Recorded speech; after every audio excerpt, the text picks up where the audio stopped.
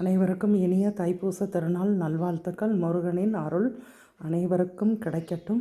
அனைவரும் இன்று முருகப்பெருமானை நினைத்து எல்லாம் வல்ல எம்பெருமான் சிவபெருமானை ஆதிபராசக்தியை நினைத்து வழிபட்டு எல்லா நலமும் வளமும் பெற்று என்பற்றிருக்க சந்தோஷமாக எப்போதும் சந்தோஷமாக குடும்பத்துடன் வாழ இறைவனை பிரார்த்திப்போமாக. இன்றைக்கி நம்ம வீட்டில் தக்காளி சாதம் கொஞ்சம் சிம்பிளாக இருந்தாலும் அழகாக இருக்குது. தக்காளி சாதம் போட்டாச்சு. இன்றைக்கி அதுக்கு அப்பளம் வச்சுருக்கிறேன்.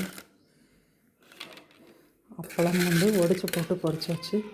அதோட குச்சி வத்தல். இந்த வத்தல் நம்ம அரிசி மாவில் செய்யக்கூடிய குச்சி வத்தல்.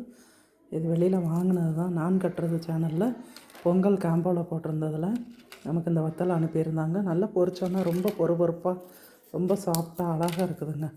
அப்படியே வாயில் போட்டதும் தண்ணியாக கரைஞ்சிருது. இந்த தடவை இப்படி இருந்தது. அடுத்து தேவைப்பட்டால் ஆர்டர் போட்டு வாங்கும்போது நம்ம அது எப்படி இருக்குங்கிறத நம்ம பார்க்கலாம்.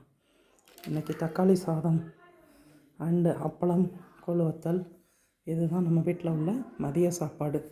எல்லோரும் வாங்க சாப்பிடலாம். ஏதாவது ஒரு லைக் போடுங்க, ஷேர் பண்ணுங்கள், கமெண்ட்லையாவது நல்லாயிருக்கு நல்லா இல்லை ஏதாவது சொல்லுங்கள். ரொம்ப நன்றி, வணக்கம், தேங்க்யூ.